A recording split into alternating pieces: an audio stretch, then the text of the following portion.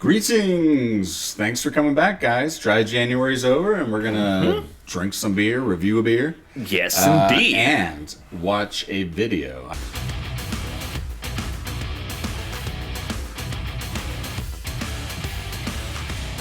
We have our beer right here, so you guys can look at the can, the King Canary Little Wing, and we're going to go ahead and pour this bad boy and give it a shot. Alrighty then. So yeah, this is the King Canary... The King Canary Brewing Company. This is Little Wing. It's a blonde ale. Yep. And where are they out of? They're from Mooresville. Mooresville, North Carolina. So about 45-minute drive straight up. Look at you making a mess of yourself. I was going to ask for the paper towel, but it's okay. You saved it. Ooh, real hard pour on yours. Whoa. Ooh. Okay. That was almost the Cookie Monster there. You were channeling the Cookie Monster. Like a lot of the death metal bands we've heard. All right, so blonde ale. Yeah. It, as advertised in the color, nice pale yellow, and it comes off a little bit more golden, I believe, in the camera. But if you're here, it's like a straight up pale yellow, nice blonde ale color, and very small bubbles, pillowy head. Haven't had a chance to say that in a long time. A marshmallowy head. See that? Well, that's because you poured it really hard. My So you're method getting is about the a best. finger, I'd say about a finger and a quarter head on a good pour. You'll get about a four-finger head on a hard. What about if it's 4 inches of head? It's like that kid you knew in school that didn't have a 4 head. He had about an 8 head. You know, that's how you poured yours. So, but let's see. Well, before I even give this a little sniffy sniff, what they are saying here. Okay, so we got some Eldorado hops for the ale. Yeast, base malt, crisp, refreshing anytime beer. So they really don't get into the flavors or anything. They're just saying, we just brewed a really good straight up blonde ale. It has a pretty mild smell, too. I'm having trouble picking up what those... So nice. Reminds me more of almost like a Pilsner type of smell. Nice and clean. That is a blonde ale. It's what you'd expect. You do get the hoppiness in it, though. Nothing major. No, not at all. But a nice round, kind of like a gentle pine kind of in there. But nothing... A gentle pine. Yeah, like a nice flowy, frilly pine. You know, like one of those Norway spruces. I mean, a bear wouldn't scratch its back on that pine. No. This is a gentle pine. You don't want to. You don't want to scratch your back on it. But nice, clear, very almost like a really good seltzer type of mouthfeel. Like not too effervescent, but almost like a Perrier water if you're comparing like a way it feels in your mouth. Nice and light. Very light. Mm-hmm. And this is our second beer coming back, and this one kind of reminds me of it. It's just a great summer beer. Again, yeah. And this passes my test for me being able to sit down and drink more than one of these for sure. I'm trying to slow down drinking it now. Yeah, no, it's like, yum. Try January's over. Sorry. But yeah, this comes off almost. I mean, a blonde ale.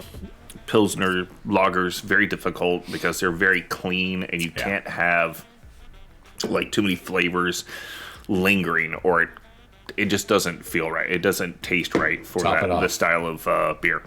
But I will say this, it reminds me of some of the better German style Pilsners that you would get. Very clean, very traditional, but it gives you that little bit of hop taste that you want to kind of bring it out of that traditional cage that you would be in with a Pilsner. Yeah, it is very similar to a Pilsner, but without that. You know how some Pilsners, even though they're not skunky, they have sort of the... Some of them can, They're hinting at the skunk to come. Especially in the... when you have those imports that maybe was on a slow boat here, and it takes a little while, and you get it, and you're like, ooh... Well, it's a beer. I'll finish it. Yeah, but never again. Oh, yeah. Never forget. So, I'll start with this one. Look, guys, as far as a blonde ale, which we've had like one or two others. I'm trying to remember the other one I had right off the top of my head. And I can't. But this is up there. I mean, this is going to be one of those go-to beers for me in the summer, I think. I like it. King Canary, first beer we've had from them. Mm-hmm. And if this is kind of like their always on tap beer in the tap room, I'd be getting it every damn time. Yeah. Especially with a big burger and fries. I'm going to say, man, I want to go higher, but I think it's also a little bit of dry January coming out of it is kind of affecting me. Like, but that being said, I'm going to say this is a very high 3, low 4, but I'm gonna go 4 because I think even coming like being out of dry January, I would still say this is a fantastic beer. Very well brewed, very round, very very good. What do you think? I'm torn because it's inoffensive. I mean, I could sit and just drink a bunch of That's these. a great way to describe it. Yeah. Yep. So, but also that's a reason why I'm not going to rate it as high as... I would go high 3, low 4 in that same. Yeah. Similar. Are you going to stick with the 3 or the 4? I'll stick with the high 3 just because I forget its flavor very quickly, and But that's a good thing to me when it's a blonde ale, lager, or a pilsner or something in that's what I think is a good characteristic of a well-brewed beer. Okay. So we just have slightly different standards. Yeah, slightly different standards. And again, guys, when we are doing our reviews, you're going to learn how each of us kind of differ. And when you try out these beers, you'll go, oh, he was right on. Or he was right on. You're going to have to pick in between. But I think you can't go wrong with this one either way. It's about personal preference, your own personal taste bud profile. Taste buds, but we're going to give you as much information as we can. So, but yeah, so 3, 4, King Canary, our first beer from them. This is the Little Wing Blonde Ale. Yep. Cheers, guys. Go grab you one. Phenomenal. Cheers. See you on the next one.